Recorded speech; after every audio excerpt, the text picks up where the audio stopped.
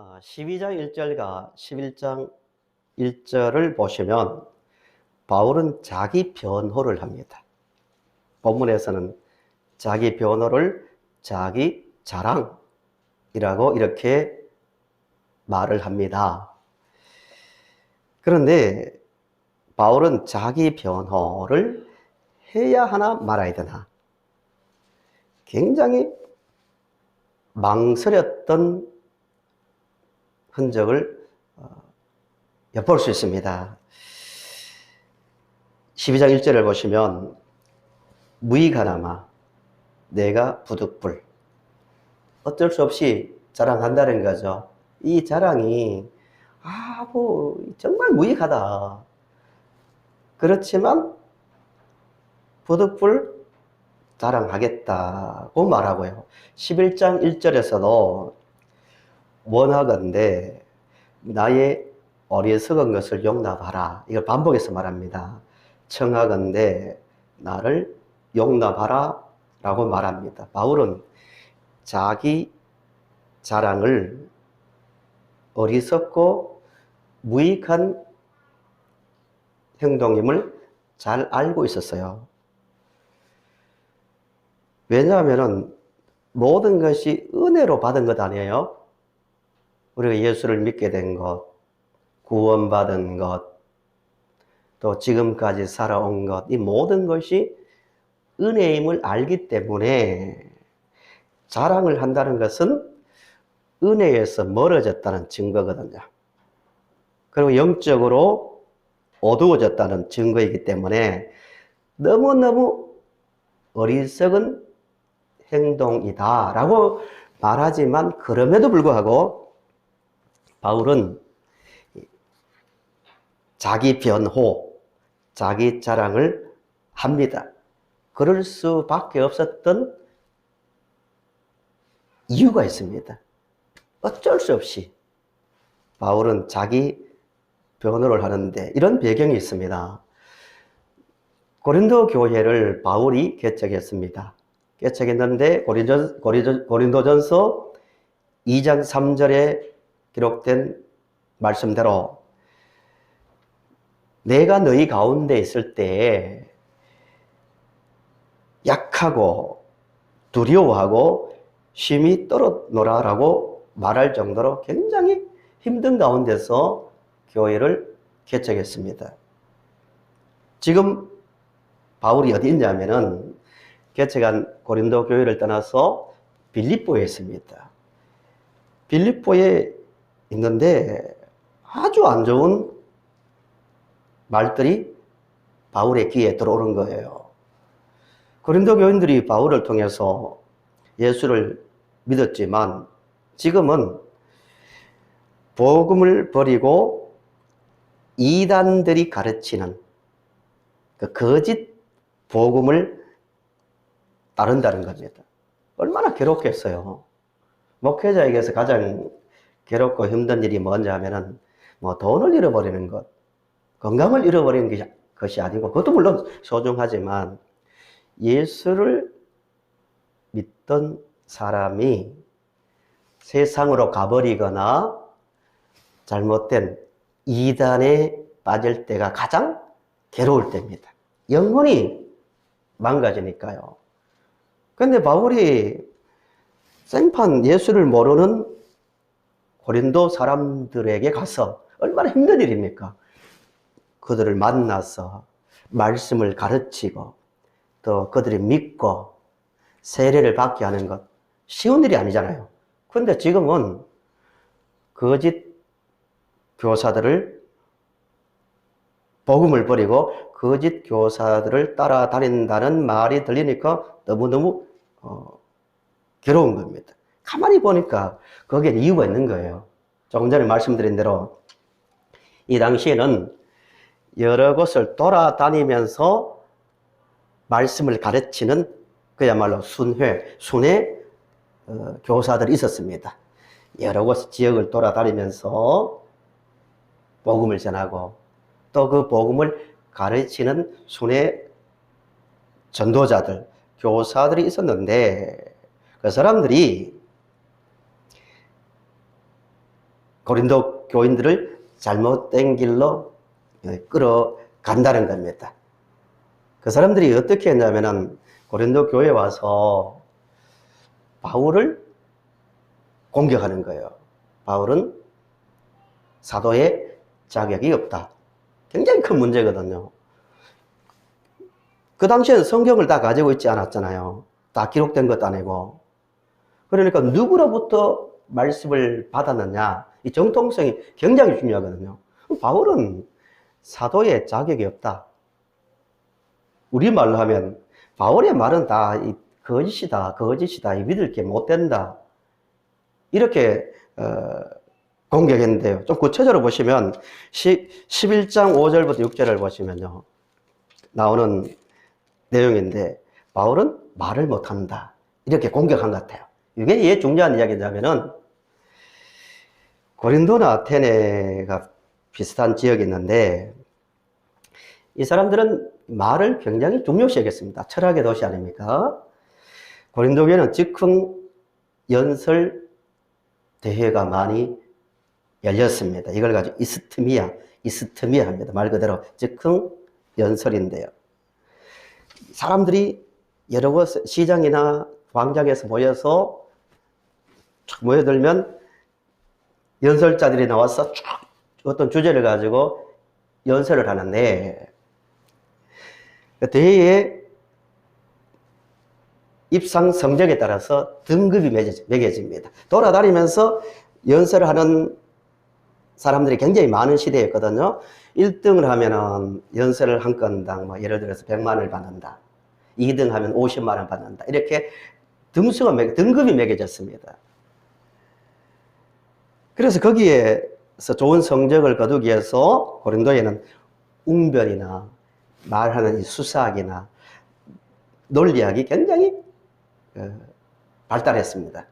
잘 배워야, 그걸 배워야 수입이 달라지니까요. 바울은 그런 것을 배우지 않았으니까 그들에 비해서는 말이 좀 딸리는 거예요. 바울도 인정하는 거예요. 내가 논리학이나 수사학이나 웅변수를 따로 배우지 않았기 때문에 고린도 교회를 흔드는 그들에 비해서는 내가 말이 좀 부족하다. 인정해요. 그 사람들은 그런 것을 자랑하면서 바울을 공격한 거예요. 어리석은 거죠. 또 11장 7절을 보시면 바울이 평상시에 굉장히 겸손한 태도로 그 당시에 순회 전도자들과 다르게 굉장히 겸손한 태도로 말씀을 가르쳤습니다. 그리고 8절에 있는 말씀대로 사례금도 받지 않고 돈도 받지 않고 천막 만드는 일을 하면서 고린도 교회를 개척하고 말씀을 가르쳤거든요. 그걸 가지고 공격하는 거예요. 봐라. 바울이 수준이 떨어지니까, 자격이 없으니까, 돈도 못 받고, 떳떳하지 못하니까, 연설비도 받지 못하고, 가르치는 비용, 그 돈도 받지 못하고, 하고 있는 거 아니냐고 무시했습니다. 그리고 11장 18절에 육적인 여러 가지 어떤 조건을 가지고 무시했습니다. 그 사람들은 권위 있는 자들의 추천서를 가지고 돌아다니면서 전했거든요. 바울은 그게 없었습니다. 추천서가 없었거든요. 바울 자격 없다고. 그리고 또 하나 중요한 것은 황홀한 영적 체험을 가지고 바울을 무시했습니다. 바울은 사도도 아니다고. 우리 말하고. 종교마다 어떤 가르침마다 영적 현상이 일어날 수 있거든요. 그들에게는 그런 영적 황홀한 어떤 현상들이 일어났던 것 같아요. 그런 것을 가지고 공격하면서 결론은 바울은 사도가 아니다. 사도가 아니니까 바울의 말에 정당성이 없으니까 바울의 말을 버리고 바울을 통해서 예수 믿고 세례를 받았음에도 불구하고 바울을 버리고 바울의 가르침을 버리고 결국 예수를 버리고 잘못된 거짓 복음을 따르게 되었습니다. 11장 4절을 한번 보세요. 얼마나 심각한지를, 고린도 교회가 얼마나 심각한 상태에 빠졌는지를 보여주는 말씀입니다. 11장 4절에 만일 누가 가서 우리가 전파하지 아니한 다른 예수를 전파하거나 혹은 너희가 받지 아니한 다른 영을 받게 하거나 혹은 너희가 받지 아니한 다른 복음을 받게 할 때에는 너희가 잘 용납하는구나. 다른 예수, 다른 양, 다른 복음을 따르게 되었다는 겁니다. 그리고 19절부터 20절을 보세요. 11장 19절부터 20절. 너희는 지혜로운 자로서 어리석은 자들을 기쁘게 용납하는구나. 거짓 교사를 말하죠. 20절. 누가 너희를 종으로 삼거나 잡아먹거나 빼앗거나 스스로 높이거나 뺨을 칠지라도 너희가 용납하는도다 라고 말합니다. 그들은 군림하는 자세로 좀 세련된 말로 영적으로 흥분을 막 시켜서 성도들에게 많은 것을, 성도들의 돈을 착취했던 것 같아요. 근데 문제는 성도들이 그 자발적으로 좋아가지고 막 바치는 거예요. 너희들 다 뺏고 착취해도 왜 그렇게 따르느냐. 바울이 너무 답답한 마음으로 이야기를 하고 있거든요. 다 뺏기고도 이게 진리라고 따라갔단 말입니다. 바울은 돈 한 푼 받지 않고 그 말씀을 가르쳤는데요. 지난주에 제가 공동묘지, 마석에 있는 공동묘지에 가서 이장 문제로 가서 예배를 인도했는데요. 그 손주 며느리 되는 권사님이 저보고 목사님 여기 보세요 하면서 비석을 하나 가리키더라고요. 옆에 있는 그 무덤의 비석인데요. 보니까 이런 내용이 적혀 있더라고요. 그 분의 부부의 이름이 적혀 있고, 태어난 날, 1900 몇 년, 몇 월, 며칠. 그리고 지상에 산 날, 몇 년, 몇 월, 며칠. 그러면서 내용이 뭐가 적혀 있냐면 그분을 재림주로 믿고 있는 거예요. 구원자로 믿고 있는 거예요. 그 부부를, 가짜 예수죠. 근데 말씀을 들어보니까 정기적으로 거기 와서 무덤 앞에서 쭉 교인들이 둘러서서 예배를 드리는 거예요. 찬송도 간절하게 부르고 또 때로는 눈물을 흘리면서 이렇게 막 진실하게 찬송도 부르고 또 말씀도 나누고, 그분이 이 재림주께서 이분이 우리를 구원하러 곧 오십니다. 아멘 하고 이런 식으로 예배를 드린단 말입니다. 그러니까 그들은 믿음은 확실하잖아요. 그 추운 겨울에, 추운 날씨에 거기까지 와서 자발적으로 차를 타고 와서 둘러서서 찬송도 부르고 기도도 하고 말씀도 듣고 예배를 드릴 정도니까 확신은 있잖아요. 틀림없이 이분이 세상을 구원하러 오실 우리의 재림주다. 확 믿고 있거든요. 어리석은 거죠. 고린도 교인들이 그런 상태에 지금 빠져 있는 거예요. 믿음은 좋아요. 확실하잖아요. 자기 모든 것을 다 바치고도 전혀 문제시하지 않고 그들을 진실한 지도자로 따르고 있는 거예요. 이 종교의 힘이거든요. 종교의 힘. 한 가지 더 예를 들면 정통교단 교회인데요. 요즘 한 번씩 뉴스에 나오더라고요. 계속 재판 중인데요.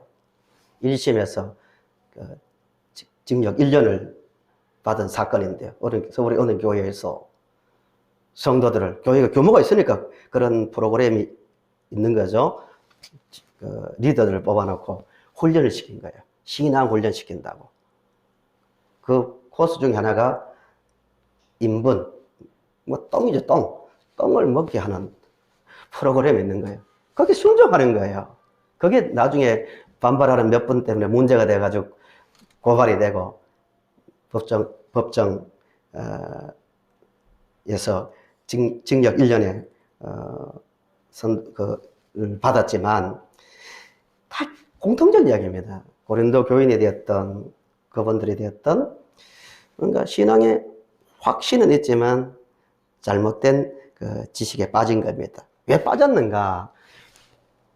어리석은 자랑입니다. 외적인 조건들, 그들의 어떤 이력들, 추천서, 또 영적인 어떤 현상들을 보고 쏙 빠진 거예요. 말씀을 이해하지 못한 거예요. 그들에게 바울이 부득불, 이게 잘못됐구나. 해야 되나 말아야 되나 고민을 많이 했겠죠.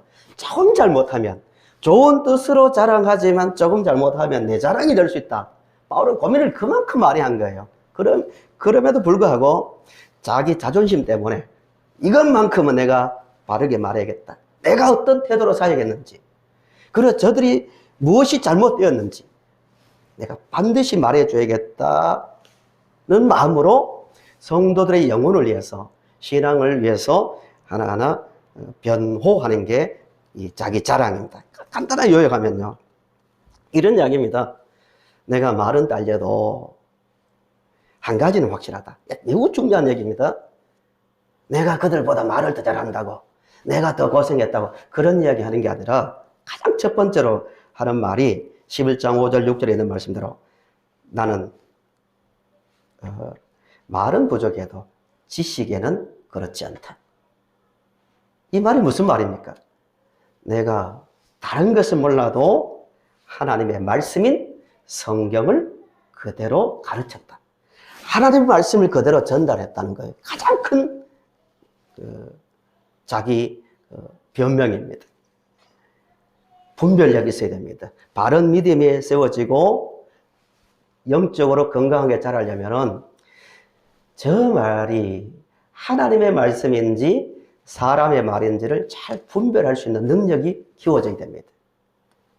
이게 첫 번째 변명이고요. 그 다음에 쭉 나오는데 여기 가면은 내가 왜 사례비를 받지 않았냐? 당신들에게 물질적 부담을 주지 않으려고 받지 않았다.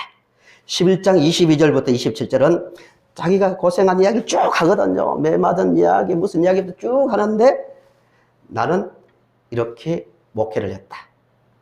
나는 사도의 자격이 있다. 그러면서 중요한 오늘 읽으신 말씀이에요. 영적 체험에 대해서 이야기를 합니다. 12장 1절부터 4절인데요. 요약하면 이런 이야기입니다. 내가 14년 전에 3층 천을, 셋째 하늘을 내가 보고 왔다. 끌려 올라갔다. 12장 2절을 보세요. 내가 그리스도 안에 있는 한 사람을 아노니 그는 3인칭으로 말합니다. 자기 자랑이 될까봐 14년 전에 셋째 하늘에 이끌려갔다. 내가 몸 안에 있었는지 몸 밖에 있었는지는 잘 모르지만 분명한 것은 셋째 하늘을 보고 왔다는 거예요. 영적 놀라운 체험이죠. 유대적 어떤 세계관입니다. 첫째 하늘이 우리 눈에 보이는 하늘입니다. 바울은 아마 그렇게 이해하지 않았을 거예요. 듣는 자가 잘 이해하기 위해서 셋째 하늘이라고 표현했을 거예요. 눈에 보이는 하늘, 대기권이죠. 첫째 하늘. 둘째 하늘은 넘어서 하늘, 별, 달, 인간 눈으로 잘 안 보이는 거지만 넓은 우주, 둘째 하늘. 그 다음 셋째 하늘은 하나님이 계신 곳. 이렇게 이해를 했습니다. 내가 거기 다녀왔다고. 천국 다녀온 이야기를 합니다. 좀 이상하지 않나요? 14년 전에 그런 체험을 했다면 바울이 교인들이 모였을 때 잘 보라고 복음을 위해서 말할 수 있잖아요. 확실하다고. 내가 정확하게 연도까지 기억하고 있다고. 내가 천국 갔다 오던데 잘 들어보라고 쭉 이야기하면 얼마나 믿음에 유익을 주겠습니까? 신앙을 가지는데. 그런데 말하지 않았어요. 자랑하지 않았다는 거예요. 왜 그랬을까요?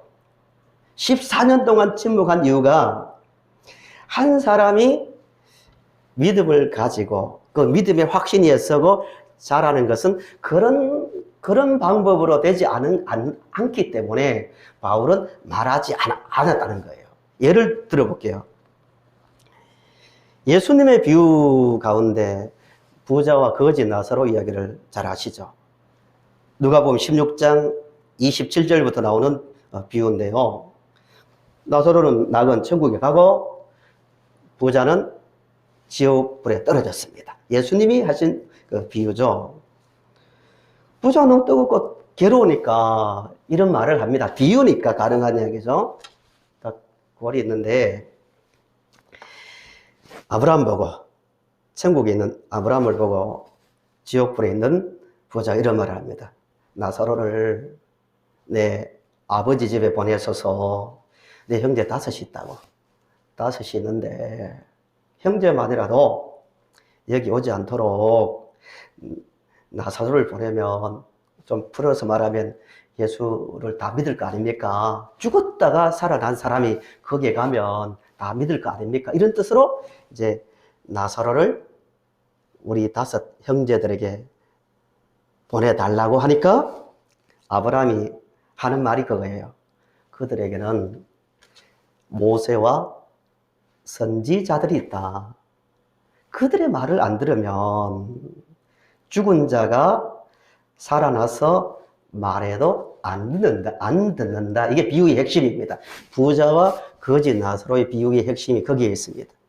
예수님 말씀을 너무너무 안 들으니까 아무리 천국을 다녀고 이 당시에 거짓 교사들이 말한 대로 영적인 황홀한 경험을 체험해도 그것으로 진리를 바르게 이해하고 예수를 믿는 것이 아니다는 것이 바울의 지금 말입니다. 그래서 내가 말하지 않았다는 겁니다.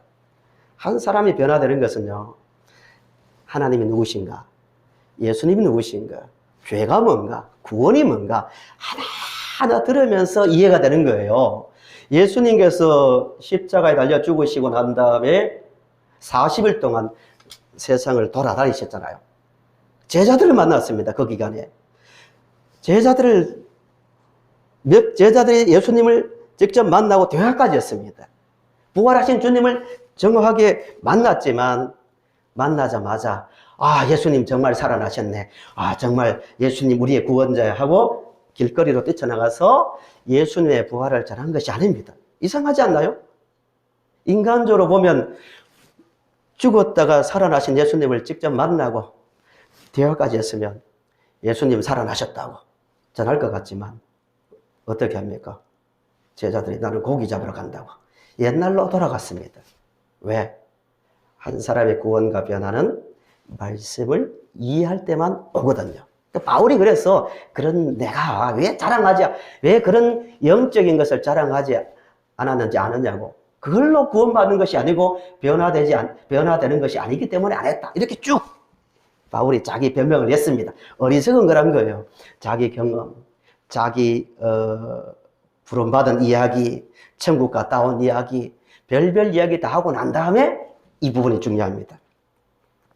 내가 어쩔 수 없이 그런 내 변명, 변호, 내 자랑을 했지만 이게 중요한 게 아니다 하면서 진짜 자랑할 게 있다. 정말 이 세상을 살면서 우리가 평생 자랑해야 될 그 자랑이 있는데 그게 뭐냐면 12장 5절을 보세요. 5절 우리 같이 읽어보겠습니다. 12장 5절 같이 시작. 내가 이런 사람을 위하여 자랑하겠으나 나를 위하여는 뭘 자랑한다고요? 약한 것을 자랑한대요. 11장 30절에도 똑같은 말 합니다. 여러 자랑에 대해서 변명을 쭉쭉쭉 하지만 결론은 이거 다 무익한 것이다. 정말 이거는 무익한 것이다. 진짜 내가 자랑할 것은 나의 약한 것을 자랑한다고 말합니다. 바울은 정말 평생을 복음을 전하고 가르쳤지만 자기를 찌르는 가시에 찔리면 얼마나 아픕니까? 자기를 찌르는 가시 같은 고통, 약함이 있었거든요. 진짜 실제로 있었습니다. 그게 뭐냐면은 7절에 나오고 있습니다. 7절을 보시면 여러 계시를 받은 것이 지극히 크므로 너무 자만하지 않게 하시려고 내 육체의 가시 곧 사탄의 사자를 주셨다고 말합니다. 이 가시가 자기를 찌르는 가시가 뭔지는 정확하게 모릅니다.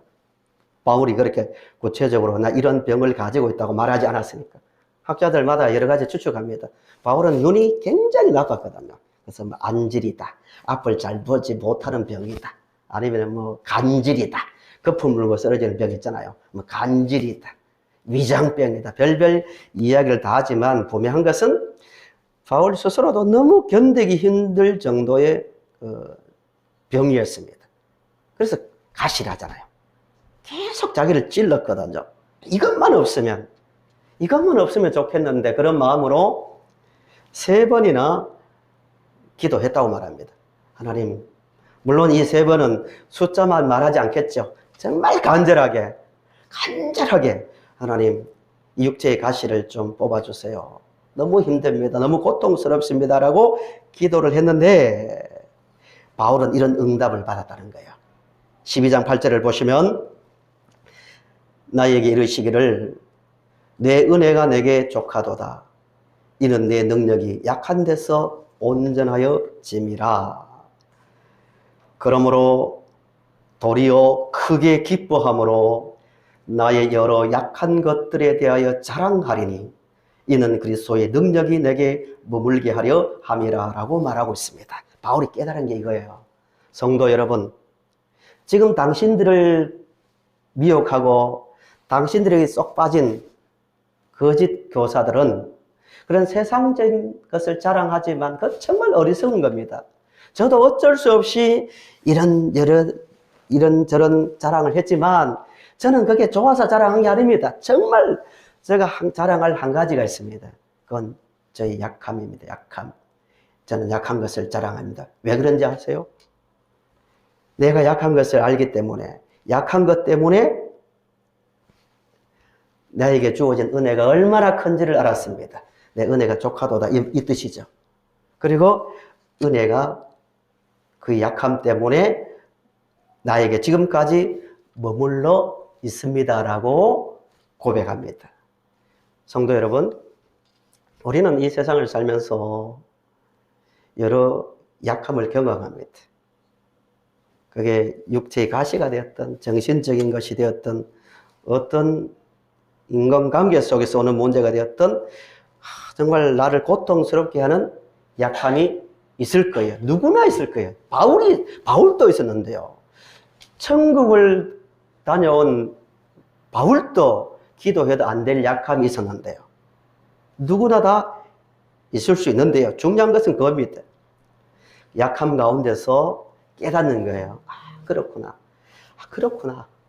이거구나. 하나님께서 내가 이렇게 간절히 3번이나 간절하게 기도했음에도 불구하고 응답하여 주지 않는 이유가 여기에 있구나. 그 경험이 필요합니다. 그렇구나. 그 약함 때문에 경험한 것이 내 은혜가 이렇게 크구나. 은혜가 그것 때문에 머물고 있구나가 되려면 그냥 되는 것이 아니라는 거예요. 약함 자체가 강함은 아니잖아요. 논리적으로. 바울이 그 약함 때문에 그냥 바로 아무것도 하지 않고 맞아. 자기 스스로 깨닫고 감사해. 여기에도 하나님의 뜻이 있을 거야. 이렇게 그 단계로 간 게 아니라는 거예요. 기도하고 얼마나 괴로웠겠습니까? 기도하는 과정 속에서 깨달았다는 거예요. 똑같은 약함을 경험하지만 그 약함 가운데서 은혜를 경험하고 충만한 은혜를 경험하고 야, 내가 이게 없었으면 내가 하나님과 관계가 이렇게 좋았을까? 이 은혜 안에서 살 수 있었을까 할 정도의 그 은혜를 경험하려면 그냥 되는 게 아니라 기도라는 그 과정 속에서 그렇구나. 영적인 문제입니다. 신비의 문제거든요. 논리로 되는 게 아니에요. 그냥 한번 말씀 보고 성경 구절에 이런 게 있네 하고 다가오는 게 아니라 그 처절한 고통 가운데서 씨름하고 기도하다가 어느 순간에 자기도 모르게 하나님 깨닫게 해주세요. 이런 기도가 아니라 하나님 왜 나에게 이런 약함을 주셨습니까? 그런 기도를 했는지 안 했는지 모르지만 계속되는 기도 가운데서 하나님을 가까이 하고 그렇구나. 나는 주님이 아니고는 살 수 없는 약한 인간이구나. 그 깨달음 가운데서 주님을 의지하다가 은혜를 더 깊이 누렸다는 거예요. 그냥 똑같이 약함을 경험하지만 잘못하면요. 그 약함이 탄식으로 끝날 수 있고요. 그 약함이 원망으로 끝날 수 있고요. 그냥 머리로는 맞아. 하나님의 뜻, 아주 차가운 하나님의 뜻이야. 이렇게 넘길 수도 있는 거예요. 그러나 바울은 기도 가운데서 점점 그 지혜를 가졌다는 거야. 그렇구나. 하나님께서 나와 함께 하시려고 더 깊은 은혜 속에서 살게 하려고 약함을 남겨두셨구나. 그 은혜를 깨달은 거예요. 사랑하는 성도 여러분, 바울이 이 정도였다면 우리는 어떨까요? 우리는 살아가면서 구원을 받았다고 말하지만, 주님의 은혜 말하지만 살다 보면은 끊임없이 원망이 나오고 절망이 될 때 있고, 그것이 아픔으로 그냥 아픔 가운데서 그냥 늘 찔림을 당하다가 인생을 끝낼 수 있는 거예요. 바울이 그랬으니까요. 그러나 하나님께서 확신을 가져야 됩니다. 우리에게 지금 약함을 경험케 하고 약함을 남겨두신 것은 하나님 우리를 더 가까이에서 우리와 함께 더 은혜를 누리게 하기 위해서 주신 일인지도 모릅니다. 바울의 고백을 생각하며 그 약함을 가지고 더 기도하는 중에 하나님의 깊은 은혜가 조카도다는 그 은혜를 경험하는 성도님들의 삶이 될 수 있기를 바랍니다.